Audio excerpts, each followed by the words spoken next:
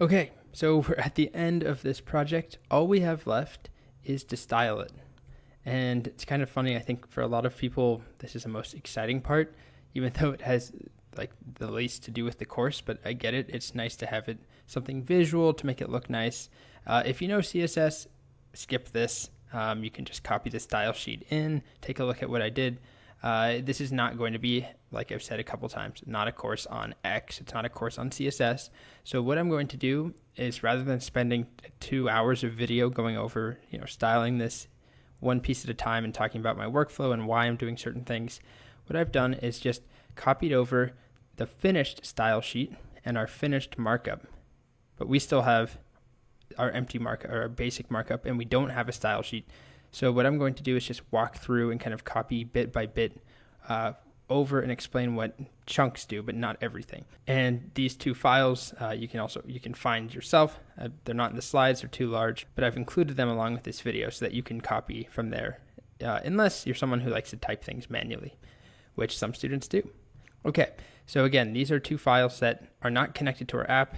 These are the solution files I'm going to refer back to. But for now, we're stuck with this, our basic HTML, and we don't even have a way of styling it. And for those of you who don't know CSS or know what it is, it's how we add style, color, font, images. Well, not how we add images generally, but it's how we can add a background image to something using CSS. And the way we usually write that is by creating an external style sheet, a CSS file, and writing our styles in there like this. So we need a way to actually connect them. And I'm not going to go into too much detail, but so usually what we do looks like this. We'd have a link, rel equals style sheet. This is an HTML tag that includes an external style sheet. So if I do that and I just paste that in here, there's two problems. One, we don't even have an app.css created, but two, Express isn't going to know about it. Hi, Blue. What we can do is start off by creating a new directory. And this is just a conventional name. I'm going to call it public. That's kind of standard for a web app, but you can call it whatever you want. And inside of there, I'm going to create a file called app.css, like that. And then we'll put our code in here. And let's start with something really simple, like turn the whole body, make its color purple. So all our text is purple. Oh, like that. Color purple. Ow, blue. Hey. My cat just attacked me. Hey, why don't you let me record, okay? Hang on, I'll be back. I gotta handle this. All right, that's been handled. Crazy cats. So back where we were, we've got our app.css, body, color purple. This is not connected to our app. If it were, then our text would be purple, but it's not. So how do we get it connected? Well, there's a problem. Long story short, we need to add this line. So this is another app.use, and this tells Express, if I go into our main file here, app.js, just add it with the other app.use, keep all our configuration, and it's basically saying, take whatever is in the public directory, which is right here, take all the contents, and serve them so they're accessible by our views, or from our JavaScript. So now, if I restart the server, app.css is going to be available to this file. Hopefully. And if we refresh the page, we now have purple text. Okay, so we now have a style sheet connected. And if you had, just as a quick aside, if you had multiple different views here and you wanted them to have the same style sheet, you could use this line in all of them. Or there's actually a better way, which I'm not going to talk about in this course, called partials, where you can basically have code that runs on all of your views. But you could also have a separate style sheet for different views if you wanted to. Just put them all in public. Okay, so that's the first simplest thing. The next thing you'll notice in the finished markup is there's also a Google API or a Google font that I included. So I'm going to put that in here too. This is for a font called Roboto. Pretty common one. If you're not familiar with Google Fonts, really great resource, free fonts that you can use on your own websites, and they look good. So now let's also go back to our finished CSS, and let's copy some of this body stuff over. For example, font family. Let's start with that. So we don't want things to be purple. We can get rid of that. But let's change the font so that we now are using that Roboto font. There you go. Our font has changed. Slowly getting there. Next thing that we'll do, if we go back to our CSS, is we'll take the color and the text shadow and the text align. So I don't need font family again. I'll get rid of that.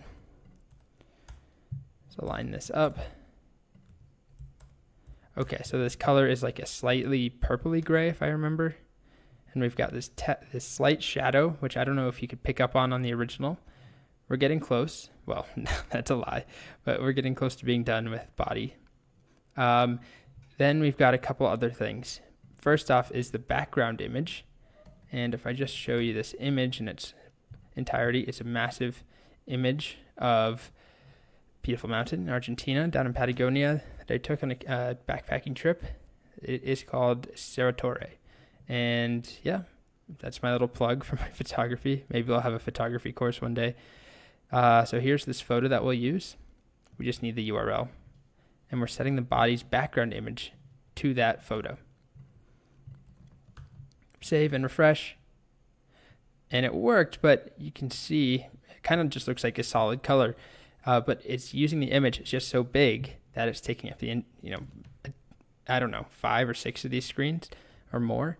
So that's actually something that if this is a real app, it would be good to just use a smaller image so we're not loading such a big image.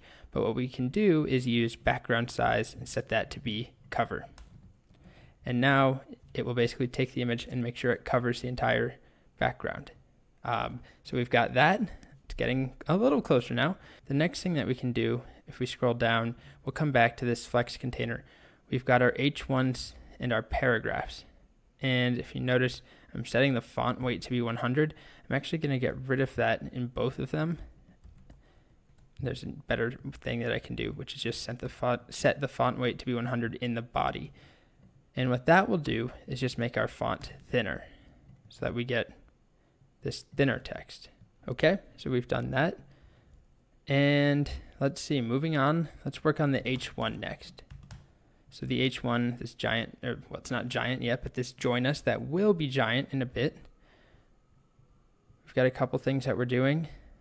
We're setting, well, let's just copy it all over. Margin to be 0, font size 500 pixels. Line height is 400 pixels.